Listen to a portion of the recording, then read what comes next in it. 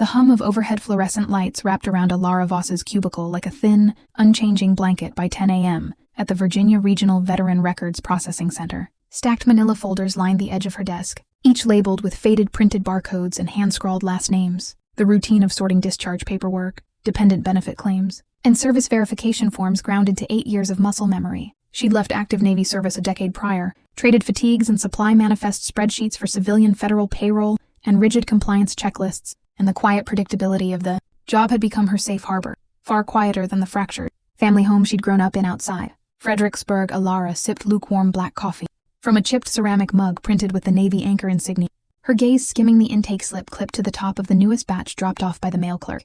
Names blurred together at first. Hale, Martinez, Carter, Wilson, Voss. Her pen froze mid-tick on her logging sheet. Voss. She hadn't seen her brother's legal name cross any official government document she processed in 12 years. Not since 2014. The summer Kian had sat their parents down in their living room and spun the lie that had split their family open before she'd even finished her full enlistment contract. She pulled the thick folder free from the stack slowly, her knuckles tightening around the cardboard tab as she flipped open the cover. Kian James Voss, date of birth matching the younger brother she'd grown up sharing a cramped bedroom. Application for secondary dependent veteran household assistance dated 3 weeks. Alara's breath caught when she spotted the attached supplementary eligibility form. The box marked primary veteran voluntarily separated from SIS, thickly checked in black. A handwritten note scrawled beneath the Sister Alara Voss abandoned Navy service in 2014. No active military affiliation. 12 years of quiet, unspoken damage crashed over her all at once. She'd re-upped her Navy contract that year, extended 2 full tours overseas, received an honorable discharge 4 years later with a stack of commendations for logistics oversight. Never once stepping away from her service voluntarily, Kian had told their parents she'd walked out on her military career without a painted her as reckless, awful, too wrapped up in her own ambition to care about the family. Her mother had cried on the phone for hours after that conversation. Her father had stopped bringing up her Navy deployments at family dinners, too ashamed to discuss the daughter he thought had thrown her uniform away. Alara set the folder gently, as though the paper itself might burn palms, and glanced over the cubicle divider toward Marisol's workspace.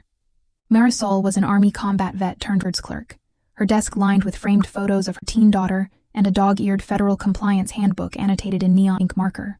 Alara had vented to her once, years prior, about the never sharing the full weight of the lie he'd planted in their parents' heads, too embarrassed to unpack the favoritism that had let Kian's false story take root and grow unchecked for. She pulled her agency policy manual from her drawer, flipping to the section governing falsified veteran eligibility documentation, the highlighted paragraph impossible to miss. Any processing employee who discovers materially misleading statements on a benefit application is required to file a formal discrepancy report within 48 business hours. No exceptions. No informal resolution allowed before official documentation is submitted. Ignoring the falsehood would put her federal position at risk of suspension.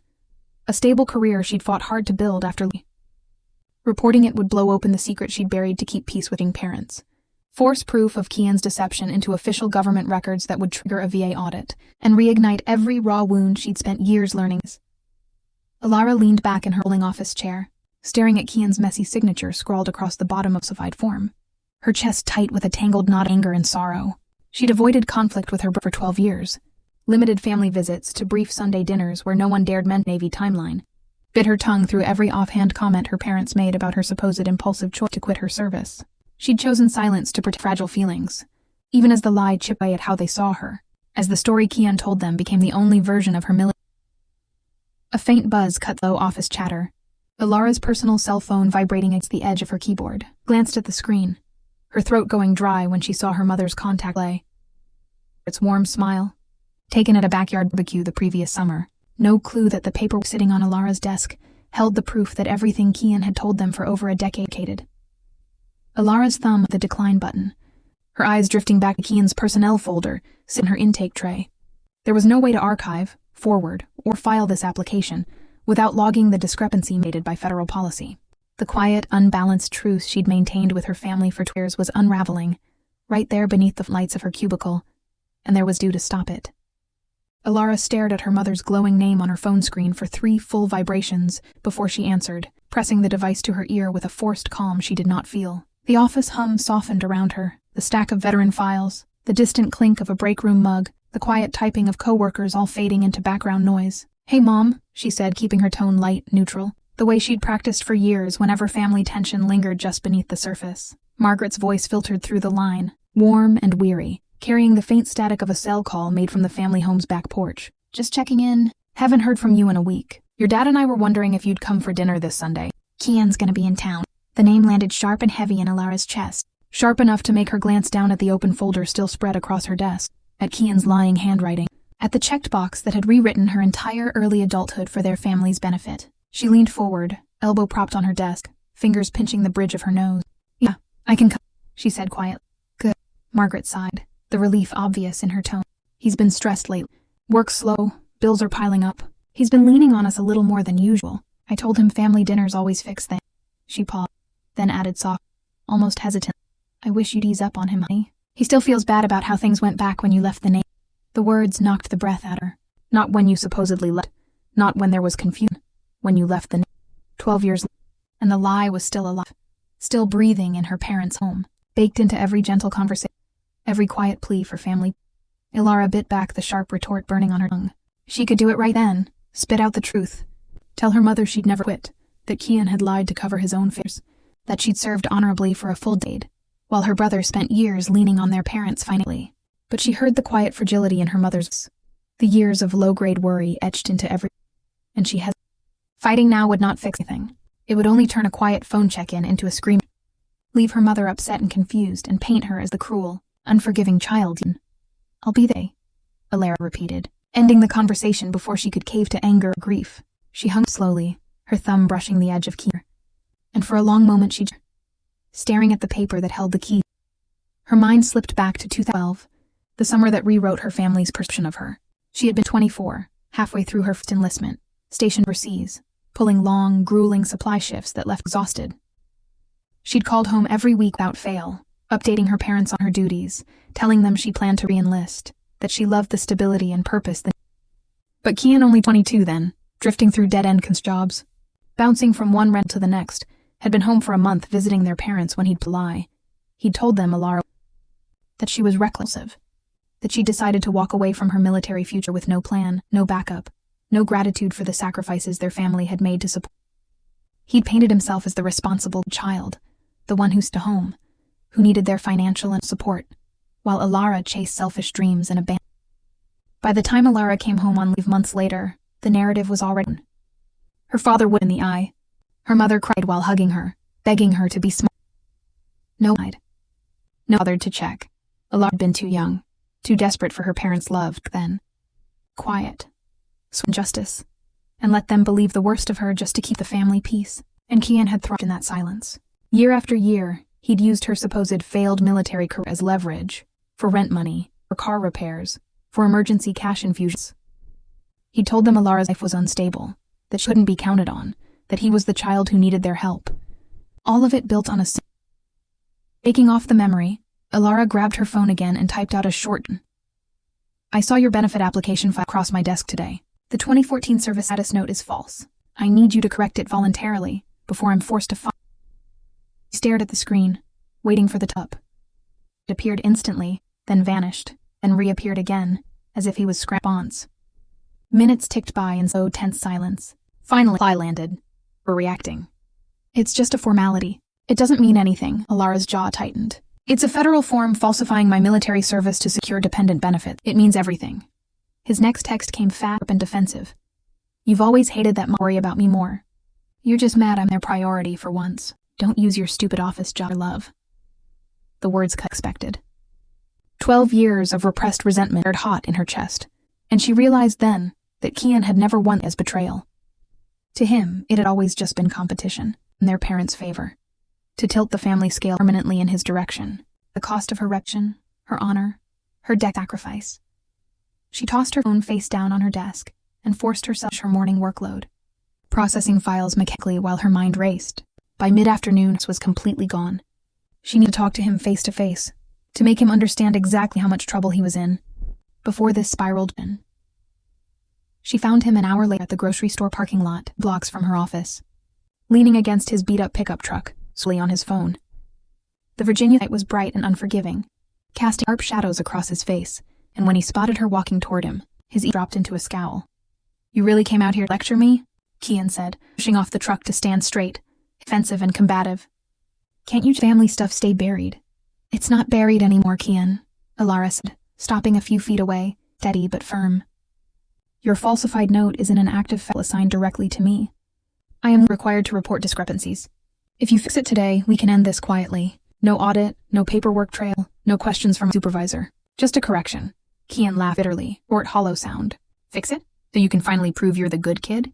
So mom and dad can stop worrying about me and start worshipping your perfect... Nice try. This isn't about us competing, Alara argued, frustration edging into her tone. This is about federal fraud. You've been collecting dependent benefits based on a lie about my service for 12 years. If this goes official, you could lose all eligibility permanently. Resent back. For a split second, panic flickered across Kian's face. But it vanished just as fast, and stubborn. You know what? He snapped. Go ahead. File whatever you want. I'll just tell mom and dad you're jealous, that you're bitter I've always been their favorite, that you're using your job to get revenge for some stupid childhood grudge. They always do. Alara froze, stunned by his blatant cruelty, by how easily he was willing to earn her reputation again to himself. Remorse. No hesitation. No recognition caused her for over a decade. He would rather paint her as a vengeful, bitter sister than admit he'd lied, cheated, and made her family for his own gain. You're she said quietly, more statement than question. Cold and unyielding. You started this by digging up old dirt. Don't act surprised to defend myself. With another word, he climbed into his truck, slammed the door hard enough to rattle windows, and peeled out of the parking lot, leaving Alara in the empty sun-baked asphalt. The quiet peace 12 years was completely shattered. There was no more middle ground, no more chance of no more avoiding the inevitable. Alara pulled out her work phone, opened her supervisor's contact, and typed out a short, formal request for a meeting first thing tomorrow morning. She stared at the screen for a long moment, then glanced up at the clear blue sky, chest heavy with grief and resolve alike. She'd been protecting her family's fragile peace. Now she had no choice but to burn it all down. And she knew exactly what would flames finally reached her parents' front door. The next morning broke gray and crisp, early autumn mist hanging over the parking lot of the Veteran Records Processing Center in Northern Virginia. Alara arrived before opening hours, her work bag slung over one shoulder, her Navy discharge certificate safely tucked inside. She had slept barely 3 hours, her mind replaying Kian's cold threat, her mother's biased sympathy, and the inflexible federal policy that left her no room for leniency or evasion. She walked quietly down the carpeted hallway to the supervisor's suite at the end of the floor. Linda Carter's door stood ajar, carrying a faint scent of peppermint coffee. 54, a retired Air Force admin with 20 years of federal service, Linda was renowned across the center for strict protocol adherence and zero tolerance for falsified veteran documentation. She cared nothing for family feuds or personal rifts, only for precise, compliant records that preserved the VA system's integrity. Alara knocked once and stepped in. Did you get my meeting request? Linda looked up from her audit reports, glasses sliding down her nose, her tone calm and expectant. I did. You noted a conflict of interest on an active benefits file. Sit. Alara sat across from her desk, pulled out Kian's folder and slid it forward. She spoke concisely, factually, setting aside all personal grief and resentment. She outlined his falsified 2014 service status record, confirmed her own honorable full-term Navy service, and explained her brother's refusal to correct the misleading documentation voluntarily. He knows the record is false, Alara said quietly. I gave him a chance to amend it privately. He refused. Linda flipped through the file slowly, scanning every line, checkbox, and handwritten note bolstering Kian's claim. Her face showed no anger or surprise. The steady resolve of someone who had seen countless attempts to defraud veteran benefits for personal. Federal Title 38 requires a formal discrepancy. Report for any material misrepresentation on benefit eligibility, Linda said, tapping the falsified. This is mandatory, not all. You cannot recuse yourself without official documentation, and a family conflict is not valid administrative grounds to reassign them. Alara's jaw tightened, as she had expected. I understand. I wanted to disclose my personal conflict before filing, to eliminate any question of bias or wise voice, Linda nodded, closing folder. You have 48 business hours from file assignment to submit a full report. When logged, the VA audit unit will automatically launch a preliminary review of all dependent benefits your brother claimed under this false eligibility. No delays, no extensions, no informal resolutions. This bookshel. The verdict snuffed out all hope of a quiet settlement. Alara left the office with heavier steps and found Marisol at cubicle, already brewing a... Marisol read the tension on her face and wordlessly gestured toward the empty room. Refrigerator hums and distant HVC buzz filled the quiet. Marisol leaned against the counter and waited for a lot. Kian lied on a federal form about my nervous, Alara said, voice tight with frustration. He's collected fraudulent dependent benefits for 12 years. Lie. I offered him a chance to correct Whitley, but he'd rather ruin my reputation than admit the truth. Now I have to file the discrepancy report, and the VA will audit every claim. Marisol's expression hardened with the righteous anger of someone who knew the weight of honorable military service. This isn't just a family, it's fraud. You cover for it. You served a decade honorably, sacrificed for this country, while he profited off smearing your No, Lara whispered. But I believe him. They still think I quit impulsively and threw away my future. I'll this report. And I won't just be a distant daughter. I'll be the sister who destroyed. Marisol pressed a warm cough into her hands, tone firm. You don't owe it to grown adults to shield them from this. Your duty is to do what's right.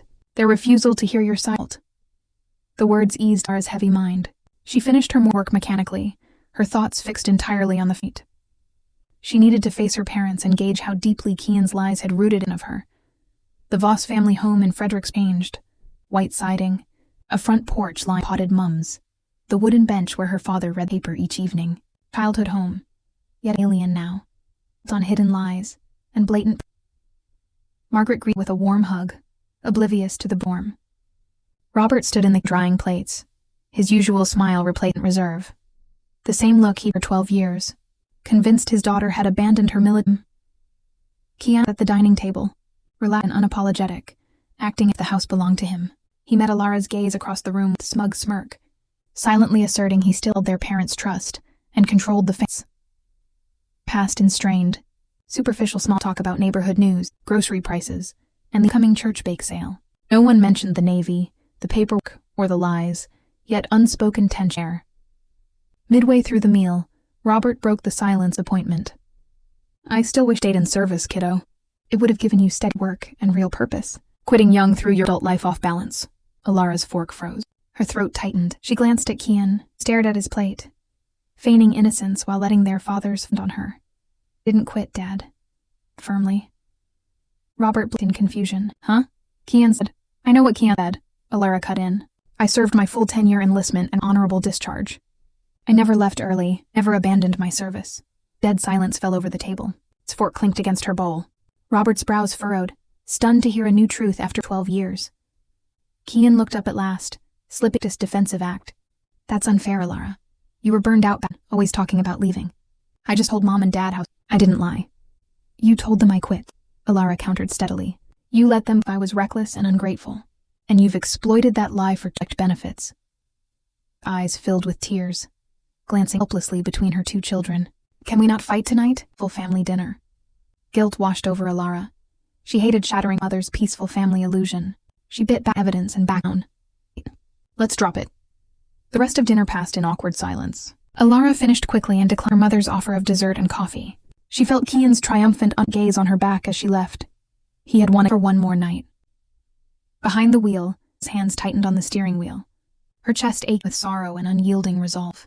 Her parents did not, and they did not want to. For 12 years, chosen to believe the worst of her, picking her painful honesty. When she reached her townhouse, work email waited in her inbox. A formal VA system reminder. 48-hour discrepancy filing deadline confirmed. This Wednesday, no exceptions. The words blazed on her screen. There was no more room for hesitation or compromise her family's fragile peace. The report had to be filed, the audit had to proceed. The lie that had shaped her family dynamic for half her adult life was about to become official record. Irreversible. She locked her car, walked up her steps and unlocked her door, knowing with absolute certainty that once she submitted the report, her family would never be the same again. The Tuesday morning light streamed through Alara's townhouse windows, sharp and unforgiving, cutting across the clean lines of her living room and landing directly on the framed Navy discharge certificate propped on her bookshelf. The document was crisp, official, embossed with the seal of the United States Navy, 10 years active duty, exemplary conduct, honorable discharge, every line a refutation of the story Kian had sold for 12 long years. For over a decade, she'd kept it tucked away for the most part, quiet and proud, never needing to prove herself to anyone. Now it felt like the only weapon she had left. She sat down at her home office desk, opened the secure federal portal on her work laptop, and pulled up the blank discrepancy report form Linda had emailed her the day before. The blinking cursor on the empty text field stared back at her, a silent demand to finalize the rupture of her family. Every keystroke felt heavy. Each box checked a deliberate end to the fragile, peaceful falsehood the Voss family had clung to for too long. Alara typed slowly, methodically, laying out every factual detail without personal bias or emotional flair. She documented the exact date Kian's falsified notation was added to his dependent benefit file, cited the specific federal code violated by the misleading service status claim, and attached scanned copies of her full Navy service record, deployment logs, and official discharge paperwork as irrefutable proof. She made sure every line was precise, every attachment timed, every detail unassailable. This report could not be dismissed as sibling rivalry or petty resentment. It was unshakable. When she finally hit submit, a quiet, hollow relief washed over. The 12-year lie was no longer just a family secret or a bitter sibling dispute. It was now an official federal record, logged, time-stamped, and flagged for mandatory VA review. There was no taking it, no editing it, no returning to the unspoken truths she'd endured for half her adult. By midday Wednesday, the Veteran Records Audit Unit had picked up her. An automated confirmation email landed in her work inbox, followed shortly by a personal message from a lead VA investor, confirming they'd initiated a full retrospective review of all dependent benefit claims Kian had submitted dating back to 2004. Ilara's throat tightened as she read. She'd known an auditing, but she'd assumed it would only review the single recent file that had landed on her desk. She hadn't anticipated they would dig 12 years, unpacking every fraudulent claim Kian had ever made offline. Tarnished record. She finished her workday mechanically, wrapping up routine file processing while her mind raced through every unspoken slight, every manipulative story, every parental dollar Kian had secured by painting her as a reckless failure. By the time she locked her office cubicle and walked out of the Fed building, dusk had settled over North Virginia, the autumn air cool and crisp again. She was halfway home when her phone erupted with a flood of aggressive text messages. The short, furious notes came one after another, each more unhinged than the last. He'd received the preliminary audit alert afternoon, flagged to his email, and he knew exactly who had triggered it. "You ruined me. This is all your fault. You had to dig up old garbage just to get back at me. You're selfish, always." Alana didn't reply. She knew any response would only fuel his rage, give him more material to twist and weaponize against us. She pulled into her townhouse driveway, parked her car, and had barely unlocked her front door before a loud, insistent knock boomed against the sharp, urgent, unmissable. She froze for half a second, already knowing who it was. No one else showed up unannounced at her door after dark. No one else knocked with that entitled. Pulled the door open. Kian stood on her front porch, his jaw tight, his eyes blazing. The setting streetlight cast harsh shadow across his face, erasing every trace of the laid-back, misunderstood little brother persona he hid. This was the version of no one else ever saw. Entitled, and unethically greedy. "Filed the report," he snarled, shouldering past her into the entryway without hesitation. "Had no legal choice," Ilara replied, shutting the door behind him to muffle their voices from the quiet neighborhood street. "You falsified federal documentation, Kian. You refused to correct it when I gave you every chance away clean." "Clean?" Kian laughed, a harsh, bitter humor. "Clean for you. You get to be the perfect veteran, the perfect federal employee, the golden child now, while I lose every dime my parents have helped me." The word stopped Ilara cold. "Every dime? What exactly have you been collecting?" For the first time since the entire ordeal began, Kian's confident rage faltered. He hesitated, his gaze darting away from hers, a telltale sign he was hiding a single lie. The silence stretched intense between them, and in that pause, Ilara understood the full scale of the deception she'd begun to uncover. "It wasn't just one fit application, was it?" she said quietly, her voice dry realization. "You didn't just lie once. You've been refiling, reapplying, resubmitting false claims every single year. For 12 years. Kian's shoulders tensed, his defensive posture hardening. Only small stuff at first. Rental assistance, utility supplements, dependent stipends for low-income household veterans. I needed the help. Mom and Dad said it was fine. Said you weren't in status anyway." Ilara's head spun, nausea curling in her stomach. He'd framed her dedicated military service as a used, wasted asset, then monetized a lie about her character to line his over a decade. What he'd called small added up, hundreds. Then thousands of improperly allocated federal dollars, all rooted in the false claim of duty. "You told them I quit and keep collecting benefits," she whispered, stunned by the cruelty of it. "You let them disappointed in me for 12 years. Let them grow a version of me that never existed, keep getting free money. I was struggling," Kian shouted, his voice rising in frantic desperation. "My jobs never stuck. My rent was always late, and you were off living some glamorous military life and set while I drowned here. Why shouldn't I get some support from the system you supposedly served? Never cared about how hard I had it. I cared enough to stay quiet for 12 years, Ilara shot back, her voice finally breaking with the year of repressed pain she'd bottled up. I cared enough to let everyone think I was reckless and ungrateful, family from falling apart. I cared enough to protect even when you were stealing from me, lying about me, and ruining my back.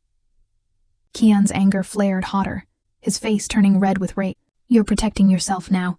You're using your fancy federal job to destroy me. Mom and Dad are gonna hate you for this. They're gonna know stupid rules over your own brother. They're gonna know the truth. Alara correct. That's the only difference. Kian stared her down for a long, charged moment, dread and panic warring in his eyes. He knew the game was up. He knew 12-year con was unraveling fast. He had no one to blame but himself. He refused to surrender greatly. This isn't over, he muttered, stepping backward toward the front door. You think exposing me makes you the good guy? Wait until they ask why you waited 12 years to say anything. Wait until they realize you let me petty grudge. Before Alara could respond, he wrenched the door open and stormed out, slamming it hard enough to rattle the windows of her quiet townhouse. The sound echoed through the empty living room, sharp and final, leaving Alara alone with the weight of everything she'd just learned. Her phone vibrated minutes later with an official alert from the VA Audit Division. In-person formal testimony and record review scheduled. 1 week from today. Mandatory attendance primary staff reviewer, Alara Voss, and claimant, Kian Voss. Bring all verification documentation. Alara walked slowly to her bookshelf, reached up, and pulled her sealed original discharge file from the shelf. The thick manila folder felt heavy in her hands, carrying not just her official history, but 12 years of silence, 12 years of judgment, 12 years of a lie over their own daughter. She set the folder on her desk, her fingers brushing the embossed seal, and stared at it long into the night. This document would clear her name once and for all. It would end Kian's fraudulent benefits for good. It would force her parents' truth they'd spent over a decade avoiding. But as she stared at the proof of her innocence, keen dread settled in her chest. The truth was finally coming out, and she had a terrible feeling that the fallout would break her family completely than any lie ever could. The 7 days before the VA audit interview felt like a taut wire, stretched thin and ready to snap. Alara went through work on autopilot, processing veteran files and routine verifications while her mind fixated on the impending confrontation. She slept poorly, haunted by memories of her parents' disappointment, Kian's manipulation, and 12 years of being framed as the family's reckless, ungrateful daughter, all for her brother's greed. Kian remained outwardly quiet all week, no angry texts or unannounced visits. Alara refused to mistake his silence for surrender. Never one to accept consequences quietly, he was regrouping, crafting a new narrative to cast himself as the victim, and Alara as the cruel sibling who'd used her job to destroy their family. His plan fully revealed itself the Saturday before the audit, when her mother called, upset and urgent, demanding she come home immediately. Alara tucked her sealed Navy discharge folder into her bag and drove to Fredericksburg, her stomach tight with dread. The second she stepped inside, the house's familiar warmth was gone, replaced by heavy, suffocating tension. Kian sat hunched on the living room couch, feigning despair, while their parents faced him, worn out and red-eyed from listening to his plea. At Alara's entrance, Kian lifted his head, shifting into a soft, vulnerable demeanor, a stark contrast to his prior rage, a well-practiced act to win their parents' sympathy. Alara, Margaret said shakily, Kian told us about the audit and the report you filed. He says you're ruining his life over a silly childhood mistake. Alara froze, stunned by his twisted retelling. A mistake. This was 12 years of deliberate fraud. He lied about my military service to steal federal benefits. Let you all believe I abandoned my Navy career, and never corrected the lie once he had the chance. Robert leaned forward, defensive, and he said you were burned out in 2012, always talking about him. He only told us what he thought was true, and now you're punishing him for a simple misunderstanding. The words stung sharply. After 12 years, her parents still refused to see clinging to Kian's sympathetic version of this, forgiving their favored son while dismissing her decade of honorable service as a petty. I never threatened, Alara said steadily, voice raw. I re-enlisted that year, deployed overseas, and completed my full 10-year contract with no disciplinary. Every official record proves it. Kian lied to all of us and to the government. Kian blinked back fake tears, his tone small and... I didn't mean to hurt anyone. I was young and struggling, thought the small benefits would just help get by.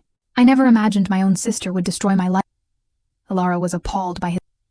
He erased years of intentional fraud and annual falsifyings, reducing his long-term scheme to a youth.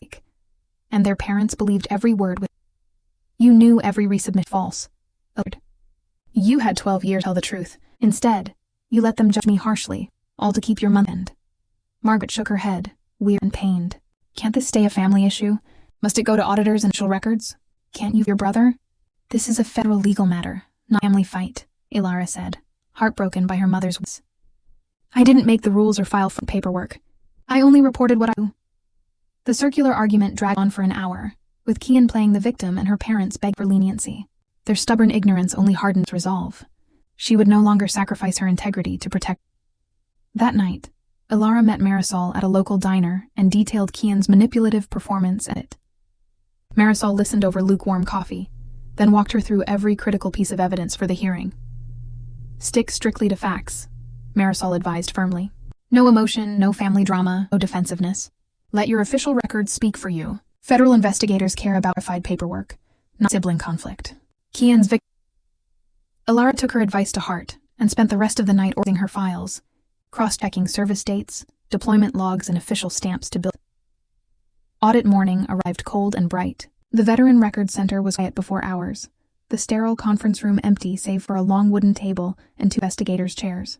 Ilara arrived 10 minutes early with her discharge folder, calm and steady weak. Kian showed up last minute, slouched and defensive, dropping his remorse entirely. He avoided her gaze, jaw tight, stuffed in his pockets. Their parents stayed away, claiming they could not bear to witness the conflict, once again choosing Kian her truth. 2 VA investigators arrived on time. Outline use purpose. Verify her service history. Assess the benefit claims. And confirm whether 12 years of false was intentional. Ilara spoke first in clarity. She laid out her full service timeline, submitted her discharge documents, and corroborated every detailed report. Her records were flawless, no dispute. Kian's confidence when he spoke. He repeated his victim narrative of innocent misunderstanding and youthful error, but the investigators pressed him with sharp, specific questions about years of repeated fraudulent file-corrected records. Cornered under official oath and overwhelming evidence, shattered. He admitted he'd known his initial name was false from the start, and had continued refiling fraudulent forms yearly to keep receiving benefits for rent and living expenses, terrified of losing his unearned financial name. "I knew she didn't it," he mumbled, staring at the table. "I just to stop." Silence fell over the room. The investigators exchanged a knowing look and logged the decisive note, the preliminary ruling. What the family framed as a petty dispute was confirmed moral fraud. The lead investigator delivered the unemotional, official verdict. All of Kian's falsified dependent benefits terminated. A full financial audit would calculate misappropriated funds, with a mandatory repayment due within 30 days, and left defeated and hollow, longer angry or defiant, walking straight out of word to Ilara. Minutes later, Ilara exited with her verified service records in hand. As autumn wind brushed her face, she spotted a car across the street. They had come after all, walking silently from the front seats, forced to confront the avoided for 12 years. They did not wave or approach, shocked and quiet. Ilara stood frozen on the sidewalk. Her name was finally cleared, the decade-long lie officially debunked in federal records. Yet as she watched their away without a glance backward, she knew her family's peace days were gone for good. The 3 days following the audit interview passed in a heavy, suffocating quiet. No one in the Voss family spoke. Kian went radio silent. No texts, no calls, no passive-aggressive social media posts, just complete bitter withdrawal. Ilara's parents did not reach out either, their usual daily check-ins and casual weekend invites vanishing entirely. It was the kind of silence that did not mean peace, but a slow, painful processing of a truth they'd spent 12 years actively refusing to see. Ilara let the space settle first. She did not chase them, did not beg for understanding, did not rush to explain or apologize for doing her job and defending her honor. For over a decade, she'd been the one bending, compromising, staying quiet to keep the family unit soft and unbroken. Now she waited, steady and unflinching, for them to meet her halfway. On Wednesday afternoon, her mother finally called. The ringtone was quiet, almost hesitant, and Margaret's voice on the other end sounded older, worn thin, stripped of its usual warmth. She did not argue, did not plead, did not ask for forgiveness or leniency. She simply asked if Ilara would come over alone. No fighting, no audits, no paperwork, just conversation. Ilara agreed without hesitation. The drive back to Fredericksburg felt different this time. There was no knot of anxiety in her stomach, no fear of walking into a room already stacked against her. She carried no files, no proof, no defensiveness.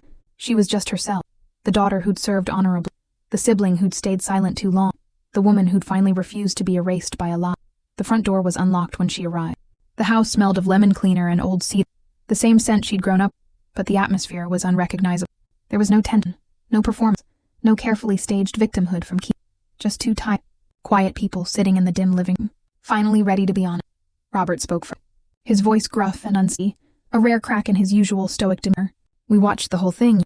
Outside the audit office, we saw how he acted. We heard how he folded the second someone asked him real questions." He paused, staring at his weathered hands. "We've known for a while something wasn't right. We just didn't want to Margaret nodded, her eyes glistening but no longer pleading or accusatory. We for him. We always have. He was softer, needier as a kid, and we overcompensated. We let him get away with things because we thought he needed us more than you did. You were strong. You had Navy. You had Plan. You had a future we thought didn't require us hovering over you. The words landly, not as a news, but as confession. For the first time in 2 years, Ilara was not being painted as the cold, ungrateful. She was mean. The strength she'd wielded her whole adult life finally recognized not as distance, but as... We let him rewrite. Mark continued, her voice breaking. We let the whole town, our church friends, our family believe you abandoned duty. We never once picked up the phone and asked directly. That failure. Ilara sat across from them on the empty cushion, her throat tight with years of support. I didn't stay quiet because ashamed. I stayed quiet because I didn't want to his family. I thought if I just endured the misunderstanding long enough, time would fix it. I thought you'd eventually clearly. We should have, Ross said firmly. Your service was everything you to be. Loyalty, commitment, honor, and we let a lazy lie make a... They talked for hours that afternoon, slowly unpacking 12 years of resentment, based worry, and intentional ignorance. Her parents admitted they'd noticed Kian's pattern of bending the truth for personal gains. They admitted they'd quietly covered for him countless times, excused his failures, and minimized his mistakes to preserve his... They'd traded one child's reputation for his comfort, and they finally understood the cause. As they began to set, casting golden light through the front windows, Kian way. He stepped out of his slow and stiff, no longer performing sorrow or rage, just raw defeat. He walked inside without greeting anyone, stood awkwardly in the living room doorway, and waited. Went quiet again, every previous confession thick in the air. An apology, Kian said finally, his flat and hollow, no dramatics attached. Not the you're upset kind. The real one. I lied. I kept lying because it was easy. I got used to Dad bailing me out, got used to the benefit of covering my mistakes, and I did what I hurt to keep it. It was the closest thing to full account I offered. I was jealous, he admitted, staring at the floor. You left home and built something steady, something I just drifted. I told myself you didn't need the family the way I did, that your Navy life made you untouchable. It was easier to lie about you. One. Ilara studied him, his brother not as a villain, but as the insecure, stunted kid he'd never outgrown. It did not excuse his fraud, his manipulation, or the decade of damage he inflicted on her reputation, but it humanized him finally, after years of storytelling. I accept your apology, Ilara said, calm and unwavering. But back to the way things were. I can't pretend none of this happened. I can't keep letting fam come at my expense. Kian nodded, accept the boundary without argument. Expect you to. The conversation ended there. No grand reconciliation, no emotional hug, perfect healing. Just quiet, honest acceptances between them. Before Ilara left that night, she laid out clear, permanent bound time in her life. No more covering for Kian's mistakes. No more being silent to avoid conflict. No more allowing her character, her career, or her military service to be trivial family harmony. Moving forward, every relationship would be built on truth, not convenience. Parents did not push back. They knew they had no right to act willing to give. When Ilara arrived home later that evening, her work email pinged VA notification. The final repayment assessment for Kian's 12 years of fraudulent dependent benefits had been finalized and officially posted to his federal record. The administrative fallout was complete, documented, irreversible, and closed for review. Ilara set her phone down on the kitchen counter and stem of her townhouse. The family reckoning over. The lie was dead. The favoritism that had shaped her adulthood was finally broken. But as she stared out at the dark neighborhood street, she understood the quiet truth of what she'd done. She'd won her truth. She'd cleared her name. She'd reclaimed her honor. But the innocent, uncomplicated family bond once craved was gone forever, replaced by something fragile and entirely new. 1 week after the final VA notification landed in her inbox, Ilara walked back into her veteran records cubicle, and for the first time in months, the stack of folders on her desk felt light. The overhead fluorescent hum that had once felt oppressive now sounded like routine, steady, and unremarkable. The storm that had haunted her adult life, rooted in a 12-year lie, family favoritism, and quiet injustice, was finally finished churning. What remained was calm, hard-won, and unpretentious. She pulled up Kian's case file one last time on her secure workstation. The status read closed in bold capital letters. All discrepancies documented, all audit findings finalized, all repayment terms formally entered into the federal benefit system. There would be no further reviews, no lingering administrative loose ends, no sudden reopening of the case. The paperwork that had upended her family, forced every hidden truth into the open, and stripped away a decade of false harmony was now just another archived record in the veteran system she'd sworn to uphold. Alara printed the closing confirmation slip, folded it neatly, and slipped it into the physical case folder. She placed it in the locked closed case drawer beside hundreds of other resolved files, a quiet final act of closure. 12 years of silence, resentment, and wrongful judgment could not be erased, but they could at last be filed away. No longer an active weight on her chest, no longer defining how she saw herself, or how her family saw her. Marisol wandered over with 2 steaming paper coffee cups, leaning against the cubicle divider with a quiet, knowing smile. "You look different," she said, handing one over. "Not tense, not guarded, just present." Alara traced the warm rim of the cup, a faint, genuine smile tugging at her lips. "I feel different. I don't wake up every morning waiting for the other shoe to drop in." It was true. For over a decade, a quiet anxiety had lived inside. The constant fear that someone would repeat the lie about her quitting the Navy, that her parents would never fully understand the truth, that she would always be cast as the flawed, reckless child next to Kian's victimized innocence. That low hum of worry was final. That Saturday morning, Alara drove back to Frederick, but the visit felt nothing like the tense, painful encounters of the past.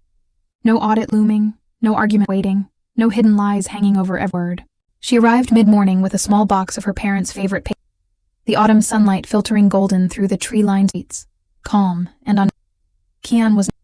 He'd moved into a small rental apartment in town the week prior, taking on full-time construction work to begin paying back his VA repair. He'd texted Alara a single civil message the night. "Work Eddie. Take care of it. No hard feelings." It was not a warm reconciliation, not a restored bond, but it was honest. It was ability. And her parents greeted her at the door with soft, unhurried warmth. No tension, no unspoken guilt hanging. They sat at the kitchen table together, drinking coffee and talking, without avoiding the hard topics that had fractured their family. Robert admitted he'd spoken to a group, quietly correcting the casual comments he'd made for years about his daughter's failed military. He'd simple. No oversharing of family drama, no public embarrassment for Kian, a calm, clear statement that he'd warmed, that Alara had served honorably and faithfully. It was a small act, but it erased the last public trace of the lie that had shadowed. Rob quietly, stirring his coffee. "Your honor deserves." Margaret reached across the table, her hand resting gently. "We're learning to now, baby. Not the strong, independent child we thought us. Just you, girl who showed up, loyal, who never once stopped caring even." Tears pricked his eyes, but they were not tears of grief or frustration. They were tears of release. For 12 years she'd done this simple thing. Not apologies, excessive praise, just to be seen and valued for exactly who she was and what she was. They about boundaries, about moving forward slowly and intentionally. Her parents understood there would be no return to the old dynamic. There would be no more blind favoritism, no more covering one's mistakes, no more asking Alara to sacrifice her peace. Their relationship would be quieter now, less chaotic, stripped of the comfortable lies that had held her for years. Be real. By early afternoon, Alara left the house without rush, without tension, without the familiar weight of unspoken resentment clinging to her shoulders. She drove back to her townhouse as the sun high in the sky, rolling down the window to let the crisp autumn wind hit her face. Back home, she walked to her bookshelf and pulled out her sealed folder. For years tucked away, a quiet her own integrity, hidden because she'd never wanted to weaponize it against her family. Now she set it up on her living room shelf, beside framed photos of her deployments, her old Navy crew, and quiet snare adult life. It was no longer a weapon. It was no longer a defense. It was simply proof of her truth, her honor, finally displayed without hesitation, without fear of judgment. Alara settled onto her couch, gazing at the folder, and thought back to that ordinary morning 12 years prior, when Kian had planted a single lie that rewrote the family story. He'd lied out of jealousy, out of insecurity, out of a desperate need to be the favored, protected child. Her parents had believed it out of bias and willful ignorance, and she'd served it all by staying quiet, until staying quiet cost too much. She had not set out to destroy her brother or her family. She had only set out to protect her own truth, her career, and the military on decade building. The fallout had been painful, costly, and irreversible. It had been necessary. Her family would never be the warm, perfect, uncomplicated once longed for. Some childhood innocence was permanently lost. Some trust could never be fully rebuilt, but in its place something far more sustainable: honesty, clarity, and self-respect. Alara stood as dull over her quiet neighborhood, walking to her window to watch the lights flicker on one by one. The 12-year secret that had lived between her and her family was fully gone. The lie was, her name was clear. Her peace was her own. She had lost the false half her adult life, but she gained something infinitely better: the freedom to live unhidden, unapologetic, and completely seen.